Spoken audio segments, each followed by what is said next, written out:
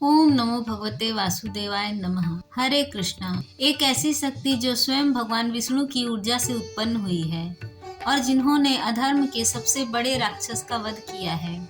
तो आज हम आपको सुनाएंगे दैत्यराज मूर के विनाश और एकादशी देवी की प्राकट्य की चमत्कारिक कथा, बल्कि पापों के नाश और मोक्ष प्राप्ति का मार्ग है। पद्म पुराण के अनुसार आज के दिन जो भी भक्तगण एकादशी माता की जन्म कथा को पूरा सुनते हैं, उन्हें साल की सभी एकादशियों का पुण्य फल प्राप्त होता है। इसीलिए कथा को पूरा सुने और कमेंट में ओम नमो भगवते वासुदेवाय नमः जरूर लिखें। भगवान विष्णु की कृपा से आपकी समस्त मनोकामनाएं पूर्ण होगी। तो प्रेम से बोलिए लक्ष्मीपति श्री विष्णु भगवान की जय, एकादशी माता की जय।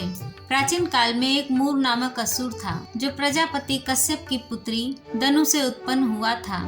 एक बार देवताओं द्वारा मारे गए असुरों के शवों का विशाल ढेर देखकर मूर को बड़ा ही दुख हुआ। मूर को मृत्यु का भय सताने लगा और उसने अपने दादा अर्थात ब्रह्मा जी को प्रसन्न करने के लिए कई वर्षों तक तपस्या की। उसकी कठोर तपस्या से प्रसन्न होकर ब्रह्मा जी उसके सामने प्रकट हुए और उन्होंने उससे पूछा कि हे मूर, तुम्हें कौन सा वरदान चाहिए। तब मूर ने उन्हें प्रणाम करते हुए कहा, हे भगवान, यदि आप मेरी तपस्या से प्रसन्न हुए हैं तो मुझे यह वरदान दीजिए कि युद्ध में मैं जिस किसी को अपने हाथों से छू लूं, चाहे वह अमर ही क्यों ना हो, मेरे छूने मात्र से ही उसकी मृत्यु हो जाए। उसकी बातों को सुनकर ब्रह्मा जी ने कहा, हे मूर, मैं विधि के विधान से बंधा हुआ हूँ। यह जो तुम्हारा वरदान है यह एक तरह से अमरता का वरदान ही है, इसीलिए मैं तुम्हें अमर होने का वरदान नहीं दे सकता, परंतु मैं तुम्हें यह वरदान दे सकता हूँ कि तुम्हारा वध किसी देवता, मानव या जानवर के हाथों से नहीं होगी, बल्कि एक कन्या के हाथों से होगा। प्रिय भक्तगणों, यह वरदान पाकर घमंडी मूर दैत्य ने सोचा कि मैं तो इतना शक्तिशाली हो गया हूँ, एक साधारण कन्या मेरा वध कैसे कर पाएगी, मैं तो अमर ही हो गया हूँ। यह सोचकर उस दैत्य ने धरती पर अत्याचार करना शुरू कर दिया। वह बड़ा ही बलशाली और क्रूर और अधर्मी असुर था। उसका स्वभाव अत्यंत ही दंभी और कठोर था। मूर को अपने शक्ति और युद्ध कौशल पर इतना अहंकार था कि उसने तीनों लोकों में अपना आतंक फैलाना शुरू कर दिया। उसने अनेक तपस्वी साधुओं को कष्ट पहुंचाया, देवताओं को युद्ध में पराजित किया और स्वर्ग पर अधिकार कर लिया।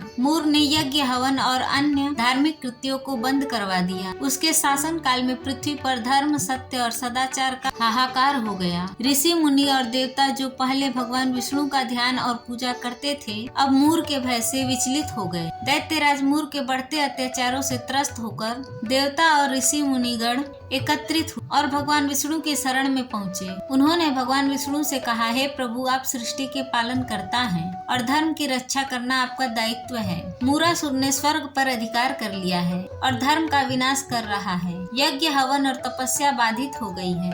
कृपया हमें इस संकट से बचाएं। देवताओं की यह करुण प्रार्थना सुनकर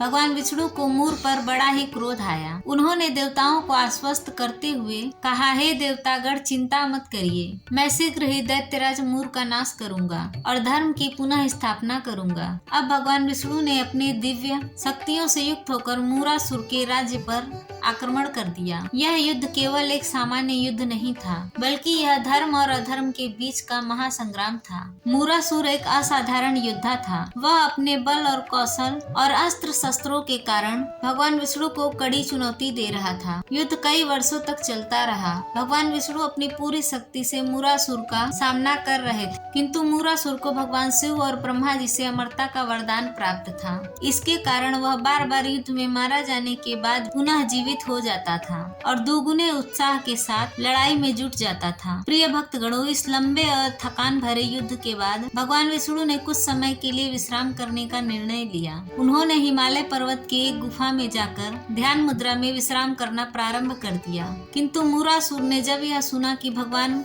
विष्णु गुफा में विश्राम कर रहे हैं तो उसने उन पर आक्रमण करने का निश्चय किया। मूरासुर अपनी पूरी सेना के साथ गुफा तक पहुंच गया। उसने सोचा कि यह सबसे उत्तम उत्तम अवसर है। जो विष्णु सो रहे हैं तो मैं उन्हें मार कर तीनों लोकों का एक छत्र अधिपति बन जाऊंगा। मूरासुर ने गुफा में प्रवेश किया और भगवान विष्णु पर प्रहार करने के लिए उसने अपना अस्त्र उठाया। जैसे ही वह भगवान विष्णु के समीप पहुंचा और उन पर प्रहार करने का प्रयास किया, उस समय कुछ बड़ा ही अद्भुत घटित हुआ। भगवान विष्णु की दिव्य शक्ति और तेज से एक अद्भुत कन्या प्रकट हुई। यह कन्या अत्यंत ही तेजस्वी, शक्तिशाली और दिव्य रूप वाली थी। उनके चेहरे पर ऐसी आभा थी जैसे सहस्त्र सूर्य एक साथ प्रकाशित हो रहे हों। इस दिव्य कन्या ने मूरासुर को और उससे युद्ध करने लगी। मूरासुर ने अपने संपूर्ण अस्त्र शस्त्र और शक्तियों का प्रयोग किया, लेकिन यह कन्या उसकी हर चाल का जवाब देती रही। अंततः उसने अपने दिव्य अस्त्र से मूरासुर का वध कर दिया। जब भगवान विष्णु निद्रा से जगे और उन्होंने यह सब देखा तो वे बड़े ही प्रसन्न हुए। उन्होंने उस दिव्य कन्या से पूछा, हे देवी, आप कौन हैं और आपने यह अद्भुत कार्य कैसे किया? कन्या ने विनम्रता पूर्वक उत्तर दिया, हे प्रभु, मैं आपकी शक्ति और भक्ति का स्वरूप, आपका ही तेज और ऊर्जा मुझ में है। आपने ही मुझे उत्पन्न किया है। भगवान विष्णु ने प्रसन्न होकर उन्हें एकादशी नाम दिया। उन्होंने कहा, हे देवी, आपने धर्म की रक्षा के लिए जो कार्य किया है वह अविस्मरणीय है। मैं तुमसे अत्यंत ही प्रसन्न हूँ। तीनों लोकों के देवताओं के कष्टों को हरा है, इसीलिए तुम अपनी इच्छा अनुसार वर मांग लो। मैं तुम्हारी प्रत्येक इच्छा को पूर्ण करूँगा। भगवान की बात सुनकर देवी बोली, हे प्रभु, मुझे यह वरदान दीजिए कि जो भी मनुष्य या देवता व्रत करे उसके सभी पाप नष्ट हो जाएं और अंत में उसे स्वर्ग लोक की प्राप्ति हो।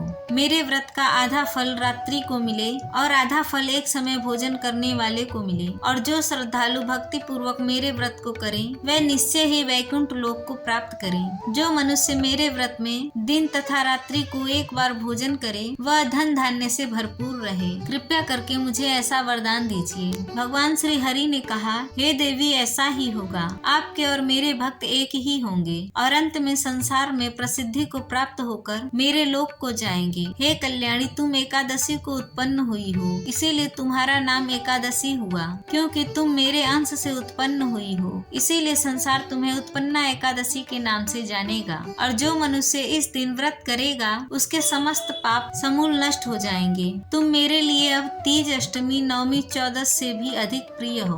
तुम्हारे व्रत का फल सब तीर्थों के फल से भी महान होगा। यह मेरा अष्टांग कथन है। इतना कहकर भगवान श्री हरि उसी स्थान से अंतर ध्यान हो गए। प्रिय भक्तों, तब से एकादशी व्रत का प्रचलन हुआ। तो प्रिय भक्त गणों, एकादशी माता की जन्म कथा को श्रवण करने के बाद तो प्रिय भक्त गणों प्रेम से बोलिए, ओम नमो भगवते वासुदेवाय नमः। कथा पसंद आया हो तो वीडियो को लाइक